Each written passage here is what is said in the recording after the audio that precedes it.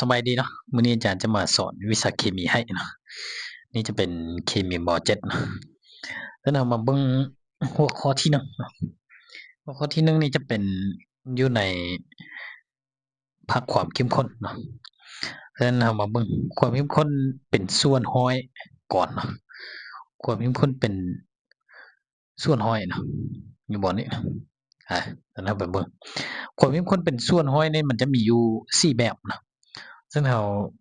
มาเริ่มจากแบบที่1เนาะแบบที่1ก็จะเป็นความเข้มข้นส่วนห้อยด้วยมวลสารต่อมวลสารถ้าเขียนสัญลักษณ์ก็จะเป็น m ต่อ m นี่เรียกว่าเปอร์เซ็นต์ m ต่อ m เนาะ m1 ต่อ m เนาะฉะนั้นที่นี้เนาะเราก็จะได้สูตรออกมาเป็นเปอร์เซ็นต์ของ m1 ต่อ m เท่ากับ m1 ส่วน m คูณเท่ากับ100นี่คือสูตรคิดหลายเปอร์เซ็นต์ด้วยมวลสารต่อมวลสารอยู่ในวิชาเคมีเนาะด้วยว่าตัว m นี้คือจะเท่ากับ m1 บวก m2 และอาจารย์ให้ว่า m1 นั้นคือมวลสารของธาตุทึกละลายธาตุทึกละลายคือธาตุอะไรเนาะเดี๋ยวอาจารย์อธิบายให้เนาะแล้วมวลสาร m2 คือมวลสารของธาตุผ่าละลายแล้วตัว m นี้คือมวลสารของธาตุละลายธาตุทึกละลายนะยกตัวอย่างแบบนี้เนาะยกตัวอย่างเอาเกลือทิ่มลงในน้ำเกลือจะเป็นธาตุทึกละลายส่วนน้ำจะเป็นธาตุผาละลายและน้ำกับเกลือที่อยู่นำกันนั้นเขาจะเอิ้นว่าธาตุละลายอันนี้จำแนกได้เนาะบทสับสนเนาะฉะนั้นว่าเบิ่งภาพเนาะภาพตัวอย่างก็จะประมาณนี้นะยกตัวอย่างอาจารย์มีธาตุทึกละลายจำนวนหนึ่งที่มีเป็นมวลสาร M1 และมีธาตุพาละลายจำนวนหนึ่งที่มีมวลสารเป็น M2 หลังจากที่อาจารย์เอา2ธาตุนี้มาทิ่มลงในอ่างเดียวกันแบบนี้เวลานี้เขาจะเอิ้นธาตุที่เขาได้นั้นว่าธาตุละลายนั่นก็คือตัว M เนาะที่มีค่าเท่ากับ M1 บวก M2 เนาะนี่คือที่มาที่บอกนี่ว่าเท่ากับ M1 บวก M2 นั้นเข้าใจสูตรเนาะถ้าเข้าใจสูตรแล้วไปเบิ่งตัวอย่างข้อที่1เนาะตัวอย่างข้อที่1อยู่ในนี้คำถามบอกว่าจงส่องหาความเข้มข้นจงส่องหาความเข้มข้น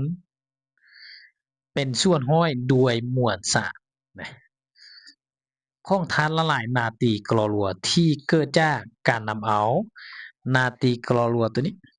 2 กรัมละลายในน้ำฉะนั้นบทนี้เราจะต้องได้จำแนกให้มันได้ว่าตัวได้นั้นคือธาตุทึกละลายตัวได้คือธาตุผ่าฉะนั้นธาตุผ่านี่อาจารย์เน้นหนักให้เลยว่าส่วนไรจะเป็นธาตุที่อยู่ในภาวะเลวเนาะฉะนั้นอยู่ในนี้แน่นอนน้ำต้องเป็นธาตุผ่าละลายฉะนั้นในที่นี้ก็หมายความว่าเราฮู้คือเราฮู้ M1 เท่ากับ2 กรัมเราฮู้ M2 เท่ากับเราฮู้ M2 เท่ากับอยู่ที่10 กรัมต้องการ5นี่ต้องการ5%ของ M1 ต่อ M นี่มีเท่ากับเท่าใดฉะนั้นเราก็จักสูตรเลยเนาะเราก็จักสูตรที่เรามีคือเปอร์เซ็นต์มวลสารด้วยมวลสารเท่ากับมวลสารธาตุที่ละลายส่วนเท่ากับมวลสารของธาตุละลายคูณเท่ากับ100งั้นเราขยายสูตรตัวนี้ต่อไปเลยเนาะเราก็เลยได้เป็น M1 ส่วนเท่ากับตัว M นี้เนาะตัวมวลสารของธาตุละลายนี้จะเท่ากับ M1 บวก M2 เขาก็เลยขยายได้เป็น M1 บวกเท่ากับ M2 คูณเท่ากับ100แบบนี้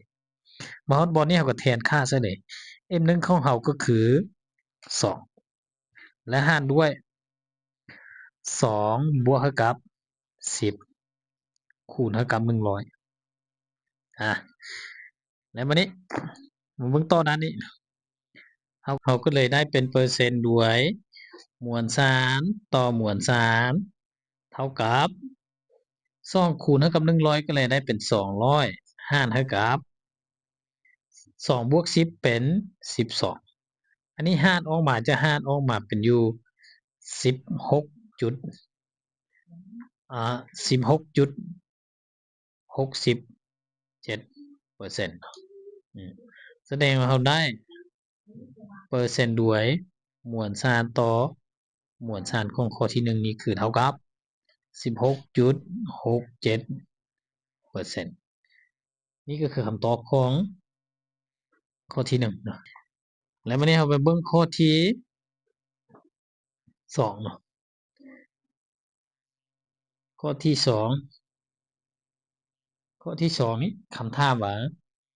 ถ้าละลายอะโมเนียมกรรัว18กรัมบอกนี้บอกมาก่อนลวงหน้าเลยว่าเป็นธาตุละลายถ้าเขาบอกว่าเป็นธาตุละลายนั้นก็คือตัว M ของเรานี่ต้องแม่นตัว M นี้บ่แม่น M1 และก็บ่แม่น M2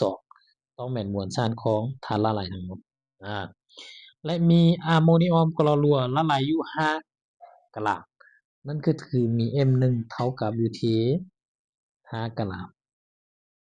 ถ้าว่าธาตุละลายอะโมเนียมกรรัวดังกล่าวมีความเข้มข้นเป็นส่วนห้อยโดยมวลสารต่อมวลสารเท่ากับเท่าไหร่นั่นคือต้องการเปอร์เซ็นต์ตัวนี้เท่ากับเท่าไหร่ถ้ากรณีเข้าให้มาครบแบบนี้เลยก็บ่ยากเลยจับใส่เลยมันก็จะได้เป็นเปอร์เซ็นต์ด้วยมวลสารต่อมวลสารเท่ากับ M1 หารด้วย M คูณเท่ากับ100มันจะแทนค่าใส่มานี่ M1 ของเราคือเท่ากับ5และตัว M ของเราคือเท่ากับ18แล้วก็คูณเท่ากับ100ก็เลยได้ออกมาเป็น500 5คูณ100ก็เป็น500หารเท่ากับ18เราก็เลยได้คำตอบออกมาเป็นเปอร์เซ็นต์ด้วยมวลสารต่อมวลสารเท่ากับเอาเขียนอีกครั้งหนึ่ง500หารเท่ากับ18เท่ากับอยู่ที่27.77เนาะเอาเป็น27.78%เนาะนั่นก็คือเปอร์เซ็นต์ด้วยมวลสารต่อมวลสารในข้อนี้เนาะและต่อไปบัดนี้ข้อที่3คำถามว่าน้ำส้มสายชูเข้มข้นอยู่ที่12ส่วนร้อย12ส่วนร้อยนั่นก็คือเขาบอกตัวเปอร์เซ็นต์นี่แหละส่วนร้อยด้วยมวลสารก็แสดงว่าเขาบอกเปอร์เซ็นต์ด้วยมวลสารต่อมวลสารออกมาอยู่ที่12%จำนวน20กรัมจำนวน20กรัมนั่นก็คือตัว M ทั้งหมดนี้ตัวมวลสารของธาตุละลายเท่ากับ20และเขาอยากรู้ว่าตัว M1 ได้มีค่าเท่ากับเท่าใดและก็ M2 ได้มีค่าเท่ากับเท่าใดนี่นะอยากรู้ว่าอาซิดอะเซติกตัวนี้นะกับน้ำจะมีอย่างไรจักรลานั่นก็คืออยากได้ธาตุทึกละลายและธาตุผ่านละลายว่ามีจำนวนเท่ากับเท่าใดเนาะฉะนั้นก่อนอื่นเราต้องไปซอกหามันได้ธาตุทึกละลายก่อนโดยจักสูตรตัวนี้แหละเปอร์เซ็นต์ด้วยมวลสารต่อมวลสารเท่ากับมวลสารของธาตุทึกละลายหารด้วยมวลสารของธาตุละลายคูณเท่ากับ100และเวลานี้เราก็ต้องการหาตัวมวลสารของธาตุทึกละลายเนาะเราก็ทอนเอา M1 เราทอน M1 ก็จะได้เป็นเปอร์เซ็นต์ด้วยมวลสารต่อมวลสารคูณเท่ากับมวลสารทั้งหมดหารเท่ากับ100นะหารเท่ากับ100และบัดนี้เราก็แทนค่าใส่เปอร์เซ็นต์ด้วยมวลสารต่อมวลสารคือ12และคูณเท่ากับมวลสารทั้งหมดคือ20และหารเท่ากับ 100นี่ได้แล้วเนาะแล้ว12คูณ20ก็ออกอยู่ที่240เอามาหารเท่ากับ100เราก็จะได้มวลสาร M1 ของเรานี่เท่ากับอยู่ที่ 2.4 กะลาหลังจากนั้นแล้วเราได้มวลสารของธาตุทึกละลายเป็นที่เรียบร้อยแล้วเนาะบัดนี้เราไปส่องหามวลสารของธาตุผ่าละลายนั่นก็คือส่องหา M2 M2 เท่ากับเท่าใดจักบ่ได้เนาะเราก็จักสูตรหรือว่าจักตัวมวลสารทั้งหมดเท่ากับ M1 บวกเท่ากับ M2 นะเพราะเดี๋ยวนี้เรารู้มวลสารทั้งหมดแล้วเนาะเรารู้ M1 แล้วก็สามารถมาใช้บอร์ดนี้ได้เลยเนาะบัดนี้เราต้องการหาตัว M2 นี่ M2 คือคำถามที่เราต้องการอยากได้เราก็ทดเอา M2 หรือว่าง่ายๆคือย้าย M1 มาเนาะเราก็เลยได้เป็น M2 เท่ากับถ้าย้าย M1 ข้ามมาย้ายจากบวกข้ามมาเท่าก็กลายเป็นลบก็เลยได้เป็น M ลบเท่ากับ M1 เท่ากับตัว M ของเราเด้ตัวมวลสารทั้งหมดเด้มวลสารของธาตุละลายเท่ากับ20และมวลสารของธาตุทึกละลายเราเกะออกมาอยู่นี่แล้ว M1 เท่ากับ 2.4 เราก็เพียงแต่เอา 2.4 มาใส่บอร์ดนี้ 2.4 มาใส่บอร์ดนี้ก็เลยได้ออกมาเป็นอันนี้20ลบ 2.4 เหลือ6จุดแล้วก็เป็น 17.6 กะลาแสดงว่าสุดท้ายเราได้ตัว M2 เท่ากับ 17.6 กะลานั่นคือต้องใส่อะซิดอะเซติกหรือธาตุทึกละลายอยู่ที่ 2.4 และธาตุผ่านละลายอยู่ที่ 17.6 กะลาเนาะ